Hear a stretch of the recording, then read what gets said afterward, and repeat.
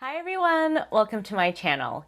In today's video, I am super excited to share with you a foundation showdown between two of the recent foundation releases that have been really popular, that folks on YouTube have been reviewing a lot. So if you're interested in seeing a comparison between the NARS Light Reflecting Foundation and the Dior Forever Skin Glow Foundation, then just stick around. So originally I was going to completely pass on these foundations because I feel like recently there's just been so many new foundation releases, and personally it takes me quite a while to get through a foundation, and so I picked up several new foundations towards the end of last year, and so I wasn't really going to pick up any new foundations around the beginning of this year. But recently, Sephora did have some offers on their website where you could get some mini samples of these two foundations. And so that's what I got today. And so I figured this will be enough for at least one wear test. So hopefully this way I can at least share with you guys my overall impressions and review of these foundations in case you guys are curious about either of these. So first off, I have the Mini Dior foundation in the shade 2N. So Dior just recently reformulated both this foundation, which is the glowy hydrating version, and also their matte foundation. So let me first just run through the claims for this new formulation. So this is an SPF 15 glowy foundation. It's described as having 24-hour wear, radiant medium to full coverage, and hydration. And it also claims to have 86% skincare ingredients to visibly improve skin over time. I don't really know what they mean by 86% skincare ingredients. That seems to imply like the rest of the ingredients are not necessarily good for your skin, but I don't know. I won't read too much into that. Basically, the skincare ingredients they highlight are iris extract, hibiscus extract, and wild pansy extract. And in terms of the sunscreen, the active ingredients are octasalate and titanium dioxide. And this foundation is available in 42 shades. For the NARS foundation, I picked this up in the shade Fiji, and this is described as an advanced makeup skincare hybrid foundation with natural finish that quickly blurs and smooths while visibly improving skin's clarity over time. So both of these claim to have some skincare properties. And this is supposed to have a medium coverage, natural finish, and the highlighted ingredients are biomimetic oat, Japanese lily turf, cacao peptides, and milk thistle. And I don't believe this one has any SPF in it. So without further ado, let's put these products on my face. So I'm going to start with the NARS foundation on the right side of my face, and I have quite a few new pimples on this side, so we'll also definitely be able to test out the coverage of this product. Oh, interesting. Okay, so this little sample actually comes with a tiny little paddle in it, which is handy, so you can use this. Or actually, maybe this is a brush, not really sure. But that's handy, so this way you can easily just brush it all over your skin. Pretty nice for a deluxe sample. Oh, I see. So it's actually like a little mini spatula. Very, very cute, actually. I imagine if you get the full size, it's not going to have a baby spatula in it, but very cute if you get the mini size. So I'm just going to pad this in with my beauty blender. And overall, there's not a ton of scent to this foundation, just a very, very light whiff of a scent, kind of like a fresh, slightly floral scent, if I'm smelling things correctly. And this shade Fiji overall seems like a pretty good match for me. Since this was the sample version, they only had like 4 shades on Sephora's website. So I'm glad this is looking pretty good. Alrighty, there we go. So one light layer of the foundation on this side. I definitely feel like it added some luminosity to my skin. So I don't know if you can tell sort of comparing the two sides on my face, but this side seems to have a little bit more of a radiant finish now. You can tell that the coverage is not that much given how my blemishes are still shining through, but I do think it overall evened my skin tone a little bit, and especially redness that I have around the center of my face, you can see a lot more obviously on this side than on this side. Overall, upon initial application, I am really liking the finish. It is very smoothing. So today I'm not going to go in with concealer because I really want to see how these perform by themselves. So instead I'm going to try building this up on the areas where I do need a little bit more help. So let's see if this is good enough on its own. Just going to dab this in lightly. I'm also glad that I don't see any pilling along my hairline. That's often an issue I have with new foundations, but so far so good. Also, at least upon initial application, this is very comfortable on the skin, which is always something I look for with foundations because I have fairly dry skin, and so foundations often further dry it out. I will say though, I am a little bit confused about the scent of this product. As I'm putting it on, I feel like I'm getting some faint whiffs of a scent, but when I just try to smell the foundation directly, I don't really detect much. So I don't know, it's a little bit mysterious in that regard. There's definitely a little bit of a scent to this, but it's kind of one of those things where it's not clear if it is actually a scent or just something to kind of mask any other scent that might be in the formulation. Basically, I'm not sure if I'm actually supposed to be smelling anything. Alrighty, there we go. So a second layer on the areas where I do need a little bit more coverage. And overall, I think this is looking pretty good. Obviously, you can still see a little bit of these two blemishes, but that's what I would expect from a foundation rather than a concealer. So I'm just gonna take a tiny bit more of this on those two areas and just dab it in with my finger to see if that really can amp up the coverage. Alrighty, so here is the NARS side complete, and overall I would say I really like this foundation upon just initial application. It sets into the skin really nicely as you're applying it, and I feel like one layer on this side of the face was overall enough coverage for most of this side. So on the areas where I have blemishes, I went in with a second and third layer. Of course, normally I would just put concealer on those areas, but I did want to see how it layers, and it looks like it layered on those areas quite seamlessly. I am also impressed with this finish. I feel like I don't even need to necessarily set this, which is really great. For today's wear test, I won't be setting either side of my face just so we can really see how the foundation performs by itself. But I always love it when the foundation is also pretty self-setting. So now let's go in with the Dior side. So here are swatches of the two foundations with the NARS on top and the Dior on the bottom. So definitely there's a shade difference between the two.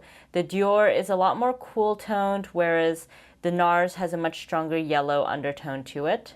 But the consistency of both of these foundations is quite similar. They're both quite loose and liquid. So now let's put this Dior on the other side of my face. Just gonna dot this around. I think this will be a little bit light for my complexion, but unfortunately they really didn't have many shade options for the Dior sample. And this one definitely has a fragrance. So whereas the NARS was kind of ambiguous in terms of whether any fragrance was there, this one has a definite perfume smell. So now I'm gonna take the butt of my beauty blender and just tap this in. And the smell of this is sort of like a fresh, very feminine smell. So pretty nice overall, but if you are sensitive to fragrances, you might not want to go with this foundation. And as I'm patting this in, I can definitely tell this is the wrong shade match for me. It's very, very light and far more cool or neutral than my skin tone. So we'll see. Hopefully the two sides of my face don't look too different today, but that's okay. I'm not really going anywhere. So here we have one layer of the Dior foundation on this side of my face, and this also blended in super seamlessly into the skin.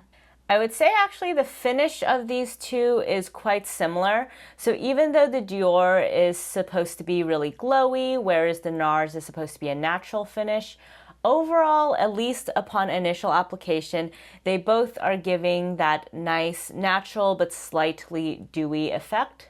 And they also both have a similar level of coverage. So I think the Dior is supposed to be a little bit more high coverage. It describes itself as medium to full, whereas the NARS just says that it's medium.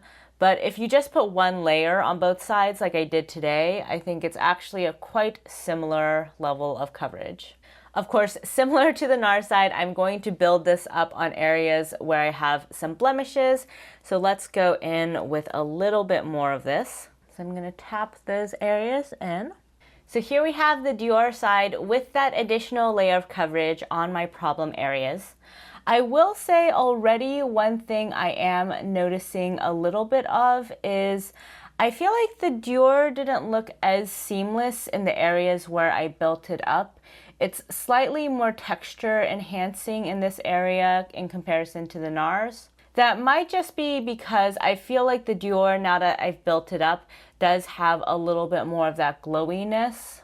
But I did want to mention that in case skin texture is one of your primary concerns, at least upon initial application and without any powder, the Dior side is definitely looking less flattering for my textured areas in comparison to the NARS.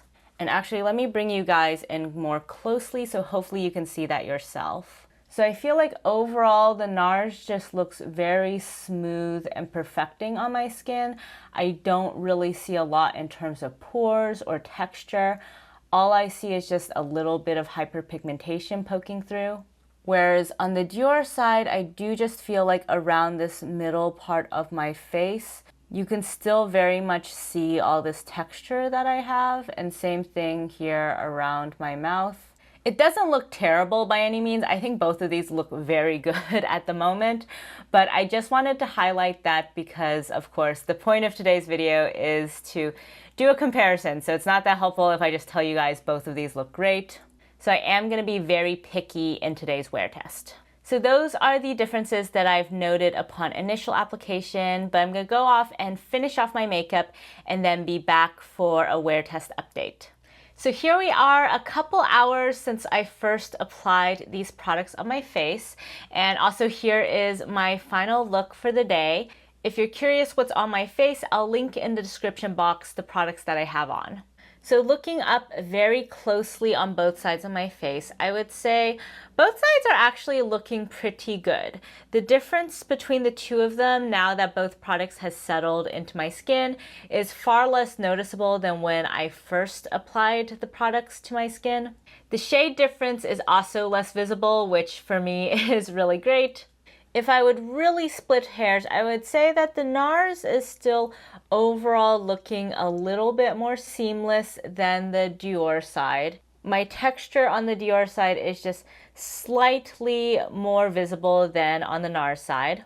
In terms of creasing, both of them have actually fared really well underneath my eyes. I did not powder them today. I did not do any concealer, but I feel like there hasn't been a ton of settling into my creases under my eyes. So I think both of them are pretty self-setting even without powder, at least if you have normal to dry skin like myself. In terms of other parts of my face, I do see that both of them have settled a little bit into my smile lines, which is quite normal. And in terms of texture, both of them have a tiny bit of tack to them when I touch my face, but that's quite typical given that I did not powder either. As a quick oxidation check, both of them are doing pretty good. So this is the NARS that's dried down, and this is the NARS freshly applied. So you can see that the dried down version is just a little bit more peachy, but overall same depth. This is the Dior dried and the Dior fresh. I would say the Dior has definitely gotten a little bit deeper and also a little bit more peachy. So on my skin tone, that's been good because when I started with the Dior fresh, it was way too light for me. And now that it's dried down, I think that it's a decent shade match for me. But I did want to note that in case you're trying this in store, the Dior has more of a shade difference as it oxidizes in comparison to the NARS. So on the whole, for this first check-in, I would say they're both looking really good. If anything, they've become less distinguishable with time. So I'll check back in with you guys at the end of the day with my overall verdict on these two foundations.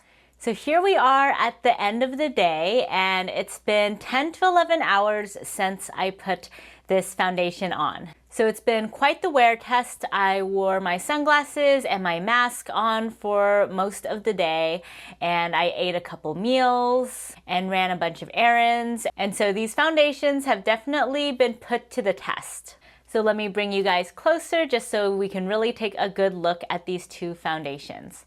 So at the beginning, when I first applied these, I would say that the NARS overall looked a lot better to me.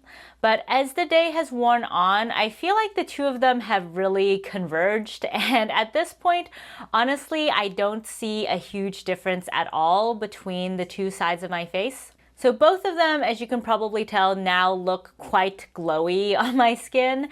So I did not powder at all today. I did not do any touch-ups. I did not dab off any oil or anything like that. So this is all the oil that came out over the course of the day. And I would say that in the future, if I were to wear these foundations for this amount of time, I probably would want to at least powder my T-zone just so I wouldn't be so shiny at the end of the day. But despite the fact that the NARS is described as a natural finish and the Dior is described as a glowy finish, I don't actually think there's much of a difference this late in the day. Both sides are looking pretty glowy to me. In addition, the shade difference was quite apparent when I first applied them, but at this point I feel like the Dior has kind of oxidized a little bit more, so now the two sides look pretty similar. I honestly can't tell that I'm wearing two different foundations based on the shades. One thing I was quite impressed with both of them about is underneath my eyes. Given that I did not use any concealer or powder, I'm impressed that it didn't totally wear away or crease like crazy. I mean, definitely there is some creasing and you can see that my eyeshadow underneath my eyes has kind of worn away. But that is pretty standard with pretty much any foundation that I use, and especially given that I didn't powder that area, I think the two of them are actually looking pretty good. The other thing I was really impressed with both of them about is even though I took my sunglasses on and off and took my mask on and off, I don't really see any mask or sunglasses lines. So for both of them, when I first took off my sunglasses, I could see the lines over here where my sunglasses sat. But over the course of the day, I think both of the foundations kind of mingled with my oils and actually just settled down. So that's pretty cool. It's kind of like they self-refreshed themselves. So I really like that aspect because I didn't do any sort of, smoothing out of those lines. In terms of differences, if I want to be super, super, super, super picky, I would say that around my smile lines and my texture around my mouth, the Dior is slightly less smooth looking than the NARS. And similarly in this area over here where I have some texture around my nose, I do feel like the Dior is slightly less smoothing than the NARS. But really, this is just if I look super, super close up and am trying to look for a difference. I don't think I would have noticed a difference if I wasn't scrutinizing my face so much. So on the whole, I am actually very impressed with both foundations. I think both of them wore super well throughout the day, despite all of the difficult conditions I put them through. Even without powder, they set down really nicely. They've been very long lasting on my skin.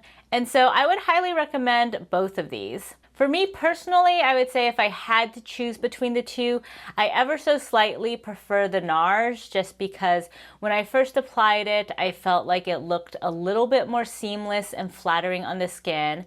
I also think it oxidizes less than the Dior, so that's helpful with just keeping the color consistent. It also has a lot less fragrance than the Dior, which for me is a plus. Though if you like fragrances in your makeup, I do think the scent for the Dior is quite pleasant. The other two differences I'll call out are just that the Dior, of course, has SPF 15 and the NARS does not. So depending on how you feel about SPF in your foundation, that might be a deciding factor. The price of these two is very, very similar. The NARS is $49 and the Dior is $52. So that's probably not going to be a deciding factor, but it's nice that they both perform really well and very similarly. So on the whole, I am pretty happy with this initial experience, and I'm going to keep playing around with the rest of the product I have in these samples and give you guys any updates I might have in my monthly roundups. So definitely subscribe down below if you're interested in those updates. So that's it for today's video. Thank you all so much for joining me today, and if you guys have tried either of these foundations, I would love to hear your experience down below. Please also include information about your skin type, because I have normal to dry skin, and so I'm not really sure how this would perform on someone who has a different type of skin type. Certainly, I think if you have oily skin, you will need to powder this if you want it to not be super glowy by the end of the day. But I would love to hear what your experiences have been. If you guys like this video, please give it a thumbs up, and if you haven't already, please subscribe to my channel. Thanks so much for joining me, and I'll catch you guys next time. Bye!